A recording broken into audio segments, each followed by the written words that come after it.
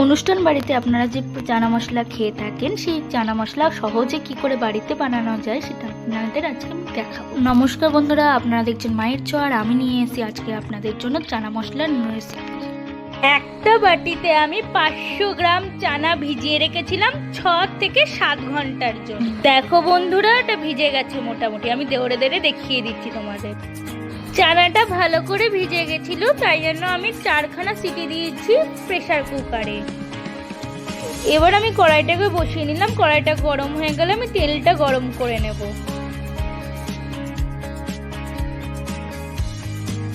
তেলটা গরম হয়ে গেলে আমি গোটা জিরে ফোড়ন দিয়ে দিলাম আর তার মধ্যে তেজপাতাও দিয়ে দেব। 250 গ্রাম পেঁয়াজ বাটা এর মধ্যে আমি দিয়ে দিলাম। 1.5 চামচি আমি রসুন পেস্ট দিয়ে দিলাম আর 2 চামচি আমি আদা পেস্ট দিয়ে দিলাম এর মধ্যে।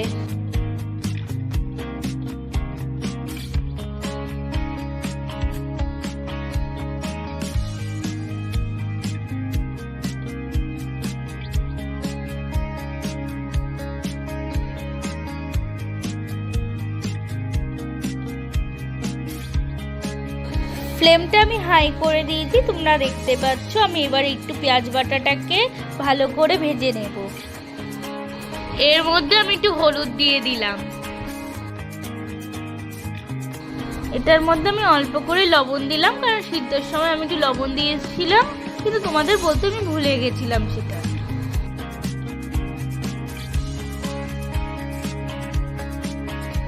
আমি একটু নাড়িয়ে নাড়িয়ে ভেজে নেব।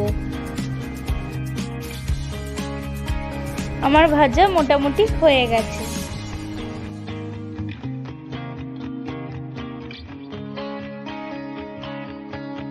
এর মধ্যে আমি একটু ধনিয়া দিয়ে দিলাম আর একটু জিরে পাউডার দিয়ে দিলাম এর মধ্যে। এর মধ্যে আমি 1 চামচ কাশ্মীরি মির্চির পাউডার দিয়ে দিলাম। মিক্সিতে আমি 2টো টমেটো আর লঙ্কা দিয়ে পেস্ট করে নিচ্ছি।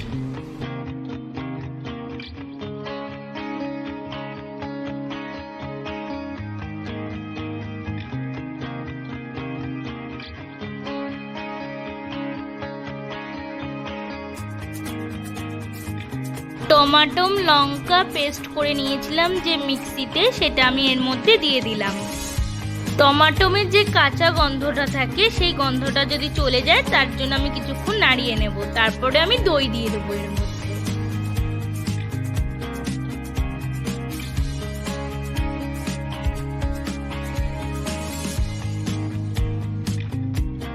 আমি এর মধ্যে 2 চামচ দই দিয়ে দিলাম।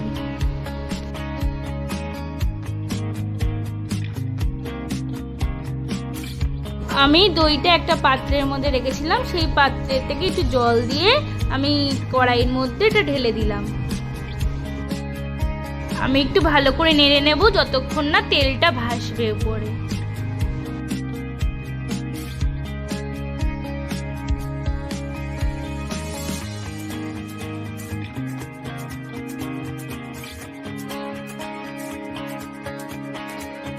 আমি সুন্দর করে কষিয়ে নিয়েছি, উপরে পুরো তেলটা ভাসছে দেখতে পাচ্ছেন। তার মানে আমাদের হয়ে গেছে। এর মধ্যে আমি চানাটা দিয়ে দিতে পারি।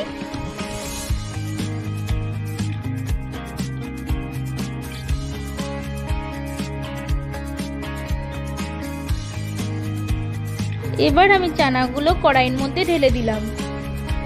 এবার আমি চানাটাকে মশলার মধ্যে মিশিয়ে নিলাম। মধ্যে আমি একটু বাটার দিয়ে দিলাম। এর মধ্যে আমি 1 বাটি গরম জল অ্যাড করে নিলাম।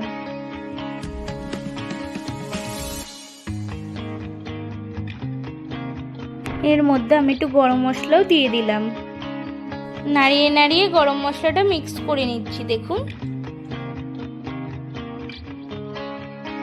এর মধ্যে আমি একটু মিষ্টি দিয়ে দিয়েছি যাতে টকের পরিমাণটা অতিরিক্ত না হয়ে যায়। কড়াইয়ের মধ্যে আমি টমেটো কেচাপ 2 চামচ মতন দিয়ে দিলাম।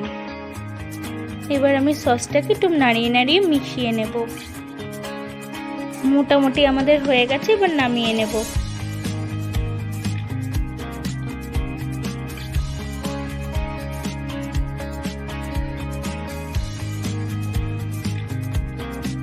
চানাটা আমার হয়ে গেছে, তাই আমি একটা বাটিতে সুন্দর করে সাজিয়ে নিয়েছি। তার সাথে সঙ্গ দিতে আমি লুচি আর বোঁদে আর শসা সাজিয়ে নিয়েছি। দেখুন বন্ধুরা, আপনার যদি ভালো লাগে লাইক আর সাবস্ক্রাইব করুন আর কমেন্টে লিখুন কেমন লেগেছে আপনার এই রেসিপিটা।